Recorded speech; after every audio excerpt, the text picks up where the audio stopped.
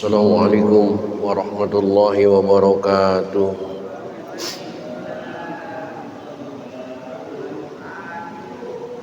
Alhamdulillahi rabbil alamin. Wassalatu wassalamu ala asyrafil anbiya'i wal mursalin Sayyidina wa habibina wa syafi'ina wa maulana Muhammadin wa ala alihi wa ashabihi ajma'in. La hawla wa la quwwata illa billahil aliyyil azim. Amma ba'dah. Qad qala ta'ala fi ayatihil karim. A'udzu billahi minasy syaithanir rajim. Bismillahirrahmanirrahim. Wa ma khalaqtul jinna wal insa illa liya'budun. Shadaqallahul azim. Bapak-bapak, segenap jamaah dan pengurus Masjid Jami Safinatul Najah, bil khusus yang hadir taklim pada malam ini, yang saya hormati dan yang saya muliakan. Mudah-mudahan dengan asbab bertaklim kehidupan kita mendapat kemuliaan dari Allah Subhanahu wa ta'ala. Puji serta syukur mari kita panjatkan kehadirat Allah Subhanahu wa ta'ala. Salawat serta salam mari kita tersanjungkan kehadirat Rasulullah Muhammad sallallahu alaihi wa alihi wasallam. Hadirin rahimakumullah.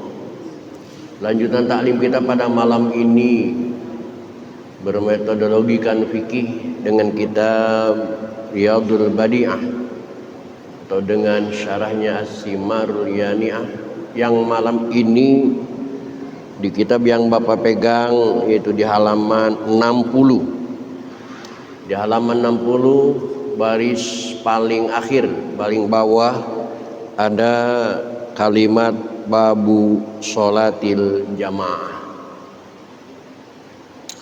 Baik hadirin, silakan dicari dan diperhatikan di halaman 660, dan kita buka saja taklim ini dengan sama-sama membaca Ummul Quran surah Fatihah.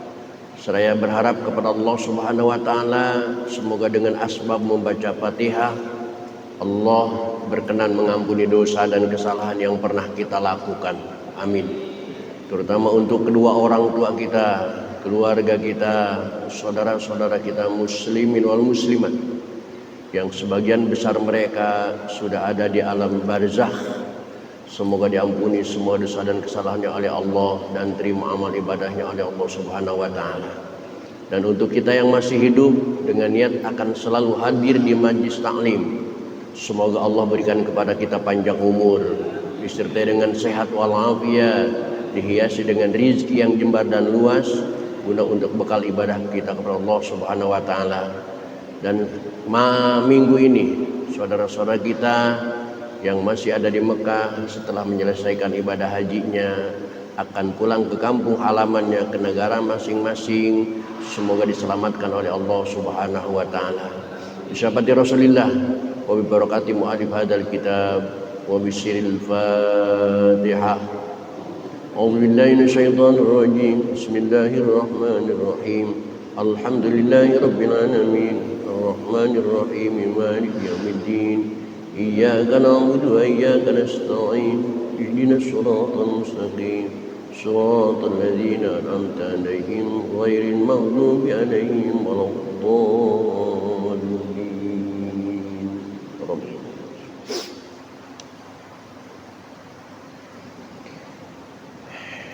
Bismillahirrahmanirrahim. Babu sholatil jamaati.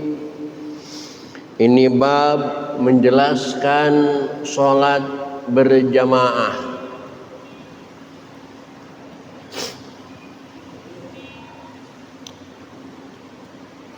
Sholat artinya sholat jamaah yang dilakukan bersama-sama.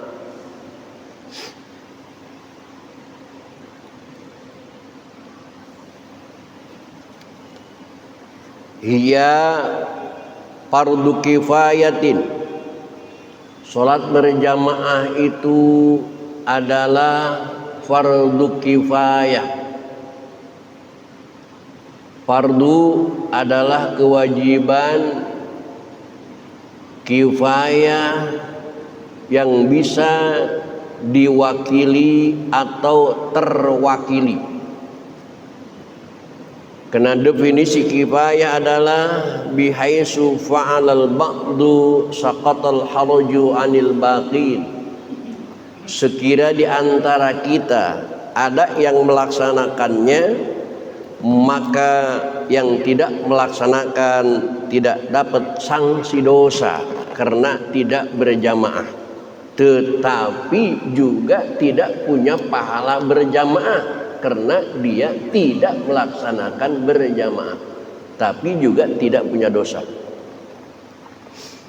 Seperti pengurusan jenazah, menyolatkan jenazah, memandikan jenazah, menguburkan jenazah, itu fardu kifayah. Artinya cukup sebagian saja yang memandikan. Karena kalau sekampung mandiin semua itu ribet malah. Cukup hanya beberapa orang saja yang masuk ke dalam kuburan. Karena kalau sekampung turun semua ke dalam kuburan malah jadi ribet.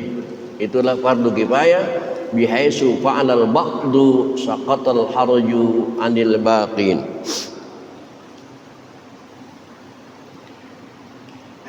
Syafi'i mengatakan fardu kifayah. Imam lain yang mengatakan ada sunnah kifayah, ada juga mengatakan fardu ain tentang berjamaah ini. Referensinya hadis Nabi Muhammad SAW yang mengatakan sholatul jamaati afdalu min sholatil fadhi bi ishrin wa bi sab'in wa ishrina darajah, yang artinya sholat berjamaah itu lebih baik daripada sholat sendirian dengan lipatan pahala lebih dari 27 kali lipat. Afdalu, bukan sawaun tetapi afdalu, bukan setara 27 tetapi melebihi 27. Afdalu.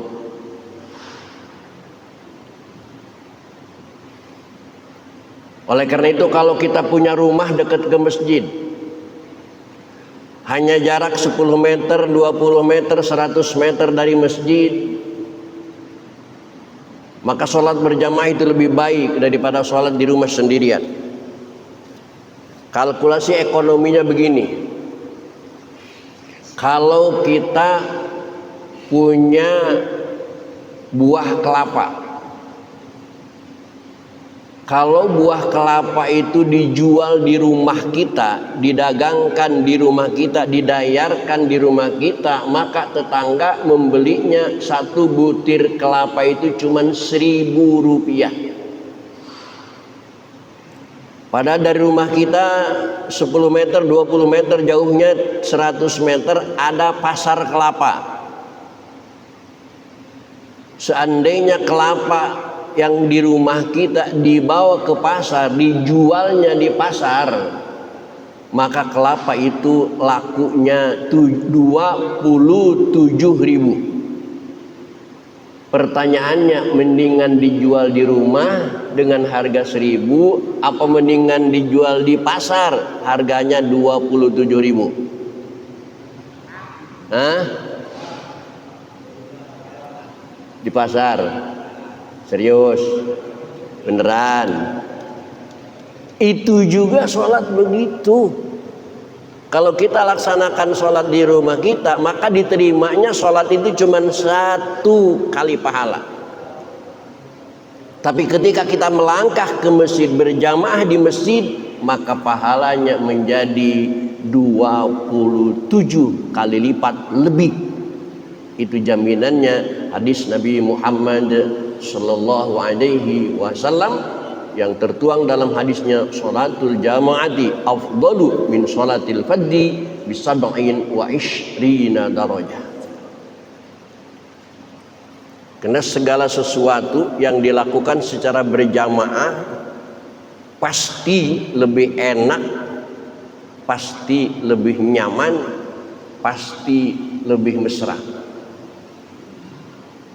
Ngopi kalau berjamaah banyak teman enak enggak? Makan kalau banyak orang enak enggak? Apalagi gratisan tinggal makan. Enak banget.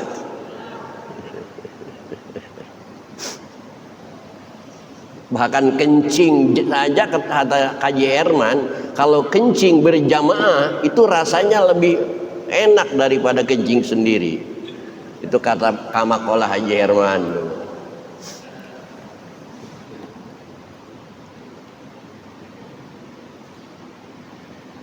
Wa yajibu alaihim, dan wajib kepada mereka penduduk kampung iqamatuha, mendirikan salat berjamaah itu fi mahalin zahirin, di tempat yang tampak, linnasi, bagi manusia.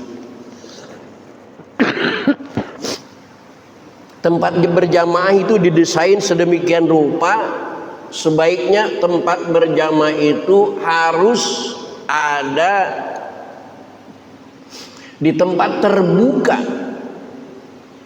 untuk semua manusia, seperti keberadaan Masjid Safinatun Najah, terbuka untuk siapapun yang berjamaah di sini. Dari jalan naik ojek tinggal masuk, bawa motor sendiri tinggal belok, dari mana-mana dekat, kelihatan. Tidak ada orang yang malu untuk masuk ke Masjid Safinatun Najah. Inilah tempat berjamaah yang ideal.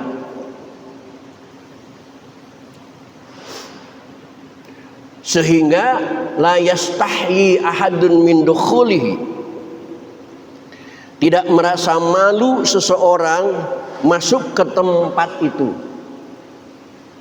Tidak ada rasa malu untuk masuk ke Masjid Safinatun Najah, karena Safinah ini sebuah masjid yang memang didesain untuk sholat berjamaah.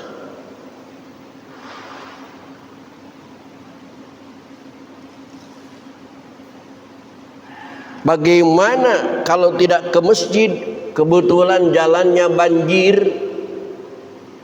Was sunnatu, dan sunnahnya ayusalliya syakhsu, melakukan sholat seseorang jamaatan, dengan berjamaah, walau ma'a ahli baitihi, walaupun bersama dengan keluarganya.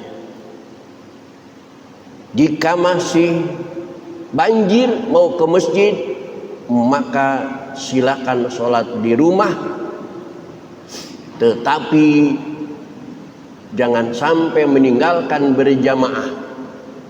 Maka sholatlah di rumah, ajak istri kita, ajak putra putri kita untuk sholat berjamaah dengan kita. Silahkan, silahkan.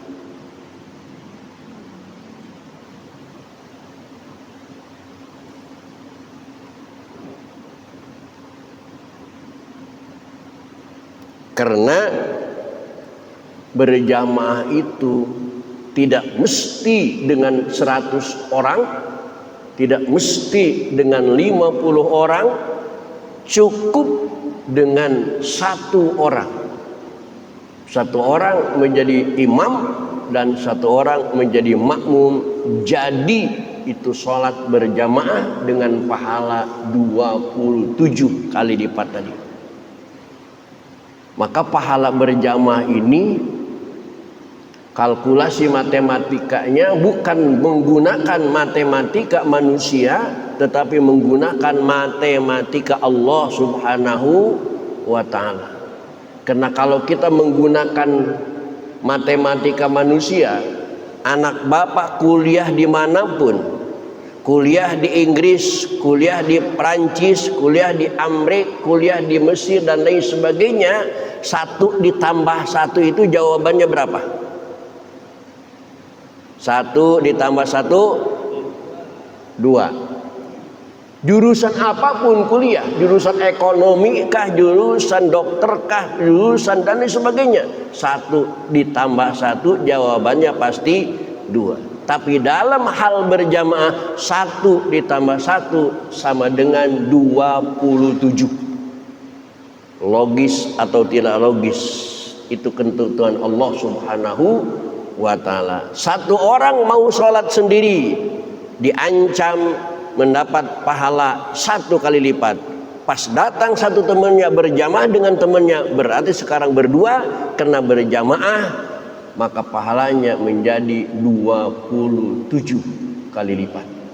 Subhanallah. Tetapi wajibu dan wajib alal muqtadi atas orang yang mengikut dalam kurung makmum, ayyan wiyal jamaata, niat berjamaah, awil iqtida'a, atau niat mengikuti imam. Maka berjamaah karena akan mendapat pahala yang besar, ada syarat-syarat sahnya berjamaah. Di antaranya ada 9 syarat sahnya berjamaah. Yang pertama, wajib kepada makmum niat berjamaah atau niat bermakmum kepada imam. Dalam lafaz usollinya, usolli fardhu zuhri arba'a raka'atin mustaqbilal kiblati adaan makmuman lillahi ta'ala. Makmum yang mengatakan adaan makmuman baru akan dapat pahala 27. Ketika tidak diniatkan berjamaah, niatnya sholat sendiri, maka makmum tadi tidak akan mendapatkan pahala 27 karena tidak berjamaah. Pertanyaannya, bagaimana dengan imam? Apakah imam wajib niat menjadi imam seperti halnya makmum wajib niat menjadi makmum? Persoalannya jadi lain. Untuk imam tidak wajib niat menjadi imam.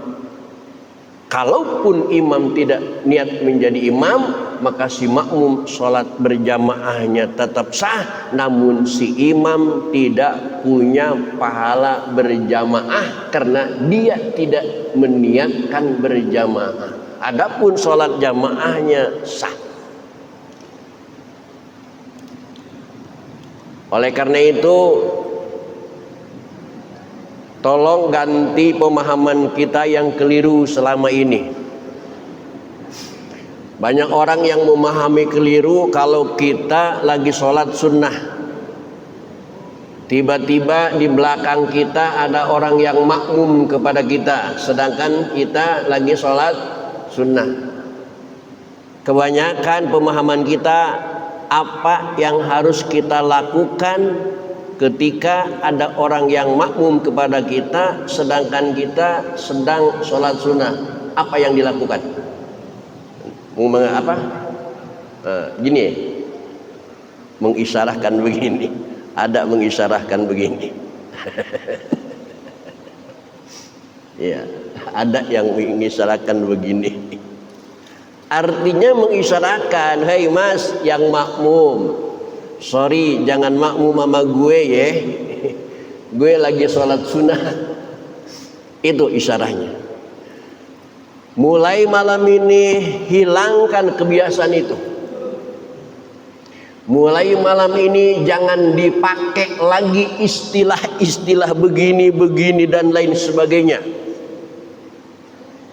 Karena belum tentu makmum itu paham dengan istilah begini, belum tentu paham. Kalau mau ngasih tahu, kasih tahu saja dengan jelas. Sorry gua sunnah.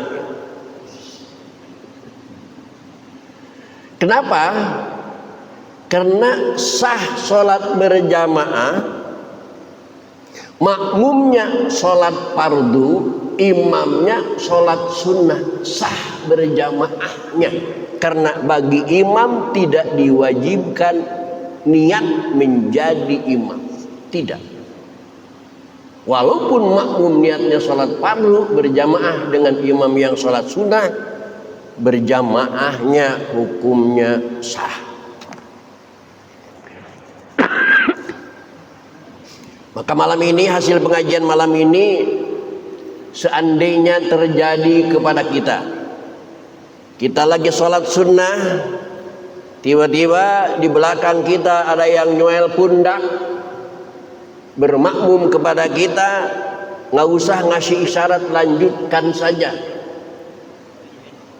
sholat sunnah, nggak usah ngasih isyarat apa-apa.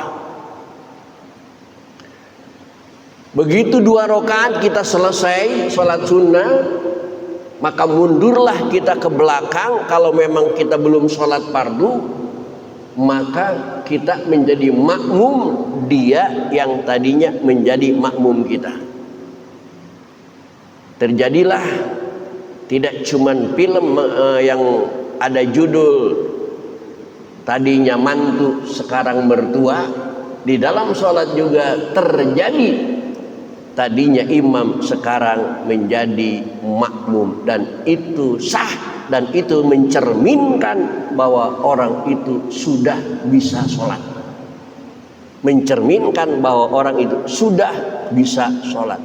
Sebaliknya, kalau ada orang yang makmum kepada kita ngasih isyarat begini dan lain sebagainya, mencerminkan bahwa kita belum bisa sholat. Mulai malam ini robahlah pemahaman yang keliru.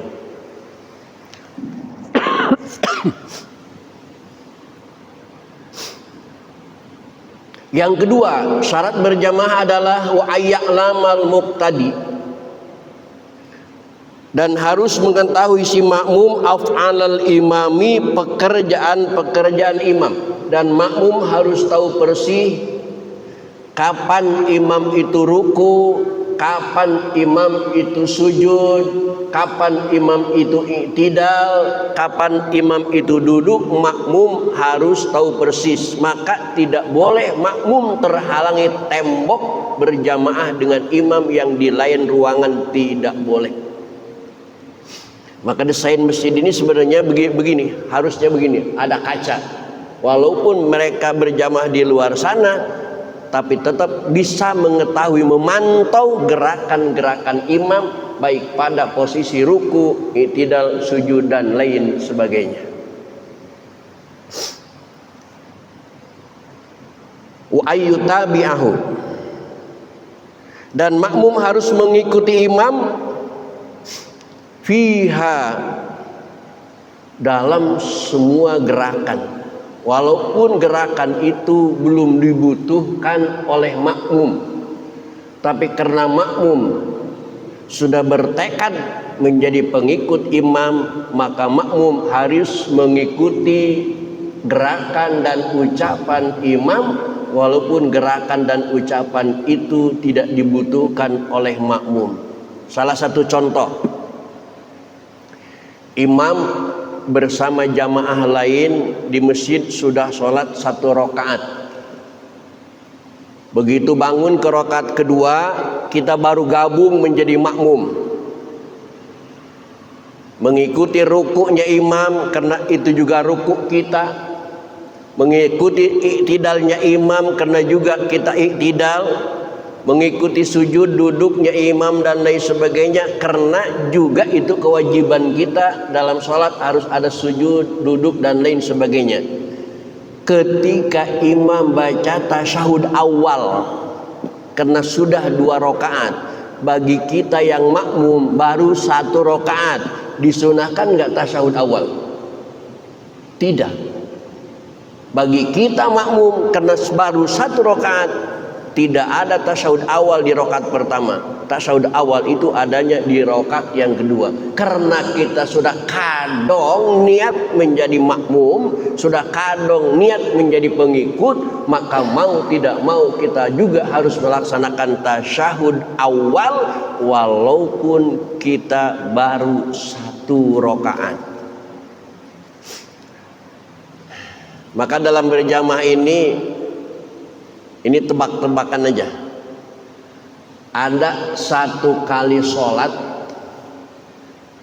yang tahiyatnya sampai 4 kali. Kebayang nggak? Ada satu kali sholat yang tahiyatnya sampai 4 kali.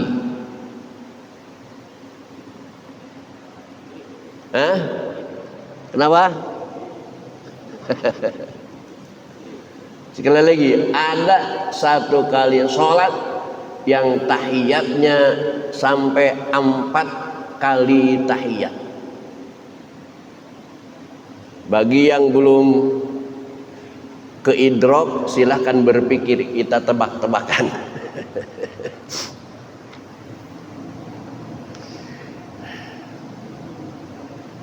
Wa ayajatami amahu fi makanin wahidin, dan harus berkumpul makmum bersama imam pada suatu tempat.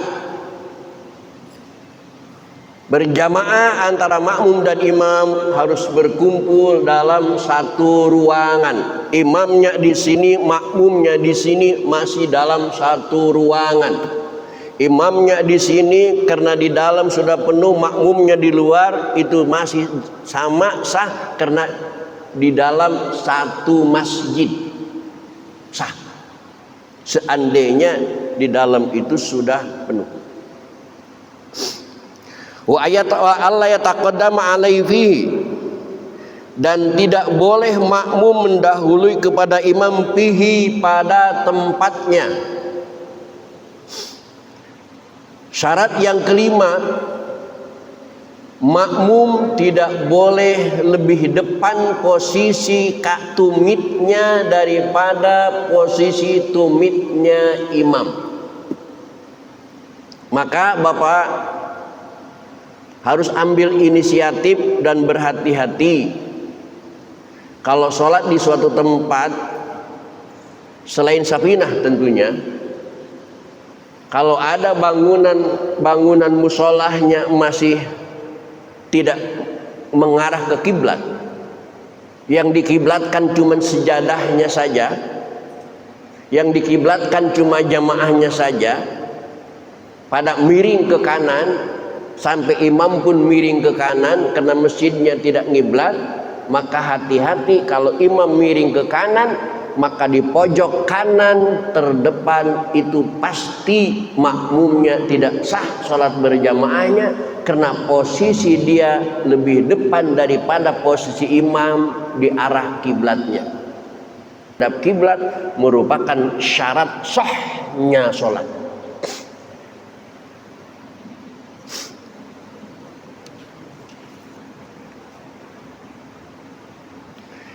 Dan juga wa alla yataqaddama alaihi fil af'ali, dan makmum tidak boleh mendahului kepada imam fil af'ali dalam pekerjaan sholat.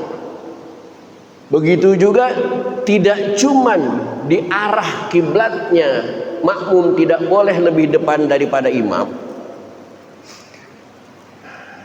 malah di rukun fa'linya sholat, di af'alnya imam, makmum tidak boleh mendahului imam pada rukun af'alnya sholat.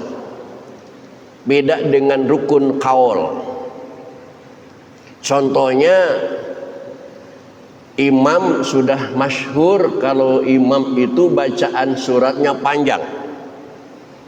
Begitu sholat isya, rakaat pertama baca suratnya Yasin. Makmum jengkel, imam ini panjang amat baca suratnya.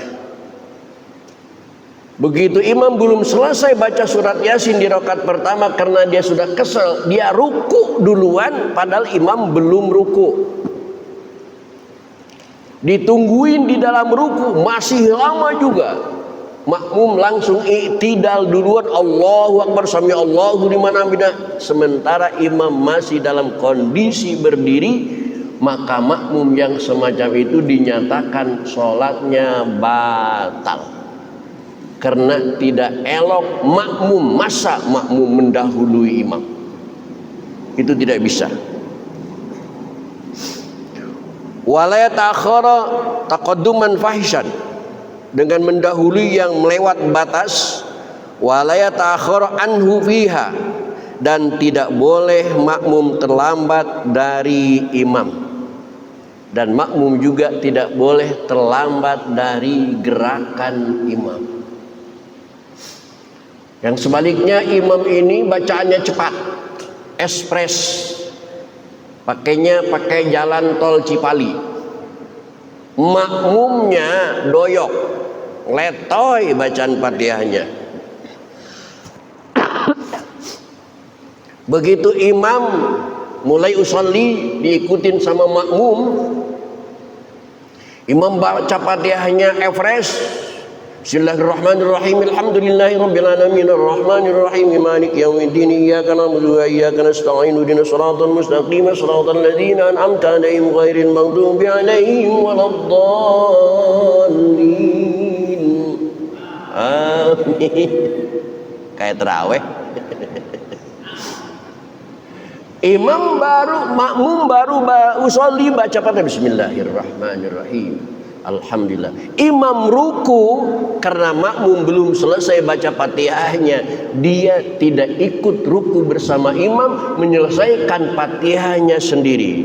Karena imam itu ekspres, imam bangun dari ruku dalam posisi i'tidal, makmum baru menuju posisi ruku, itu pun tidak sah berjamaahnya.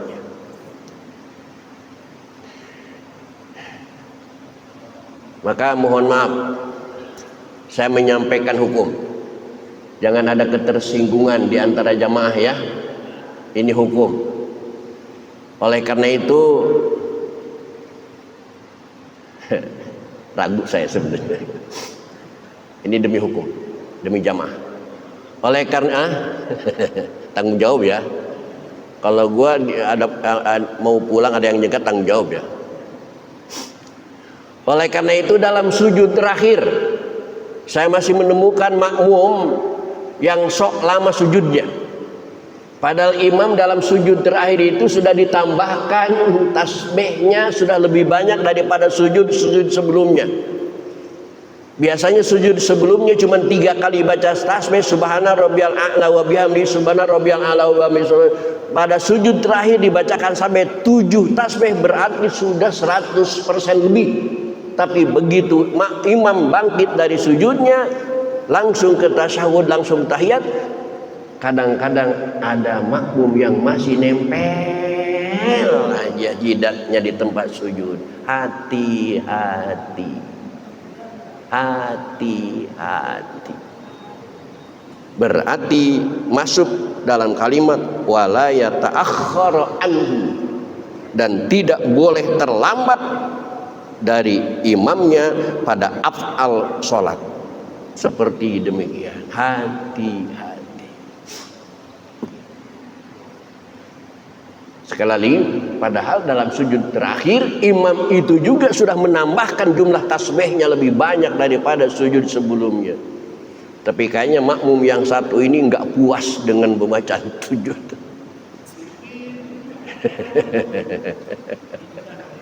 Bukan di sini, di sono. Di sono.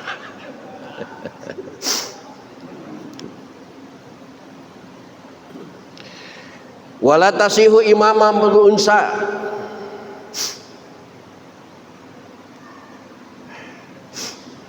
Masih lama nggak isanya? Hah? Benar. Saya nggak mudah percaya sama jamaah. Karena saya sering dibohongin sama jamaah. Ternyata kan bohong. 9 menit lagi.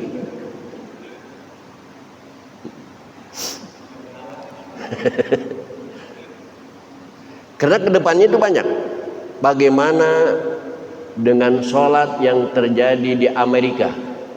Muslim di Amerika begitu sholat, imam dan khotib Jum'ahnya seorang perempuan.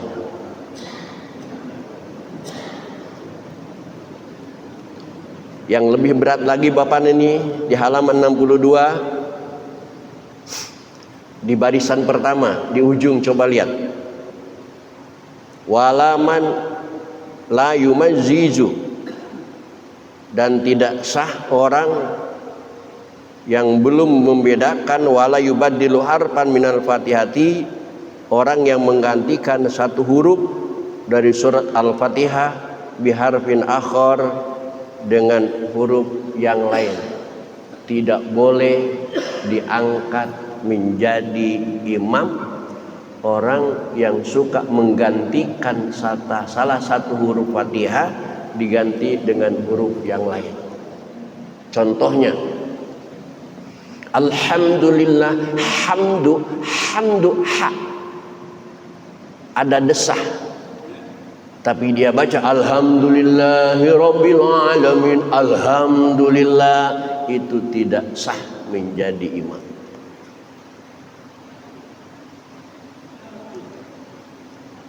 Banyak nanti Pak, nyantai aja. Alhamdulillahirabbil alamin tidak sah menjadi imam karena yubaddil, huruf ain diganti dengan huruf hamzah. Alamin bukan alamin. Ada juga, mohon maaf, saudara kita dari native language daerah tertentu yang ain itu berubah menjadi ngain. Ustadz Abdullah, mereka panggil Ustadz Ngabdullah. Haji Abidin, mereka panggil Haji Ngabidin. Itu ada native language yang begitu. Ketika sholat dia membaca alhamdulillahirabbil alamin, jangan jadiin imam. Itu belum ngalamin dia.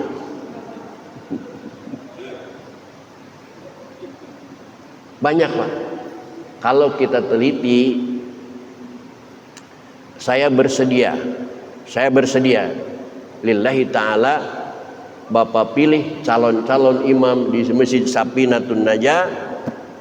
Saya bersedia membenahi tajwidul huruf, tajwid dan makharijul huruf bagi calon-calon imam yang ada di Masjid Safinah. Karena jujur saja sampai sekarang masih banyak imam-imam yang sering menggantikan huruf dari Fatihah dengan huruf yang lain.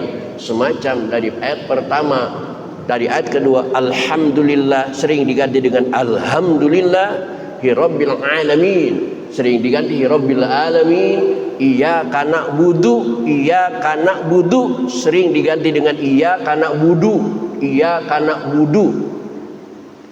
Ihdinas siratal mustaqim sering diganti dengan kaf mustaqim, bukan dibaca mustaqim. Padahal hurufnya qaf, mestinya dibaca mustaqim. Ihdinas siratal mustaqim, qaf, tapi sering kali dibaca ihdinas siratal mustaqim dengan kaf. Itu juga sudah yubaddil harfan ila harfin akhar.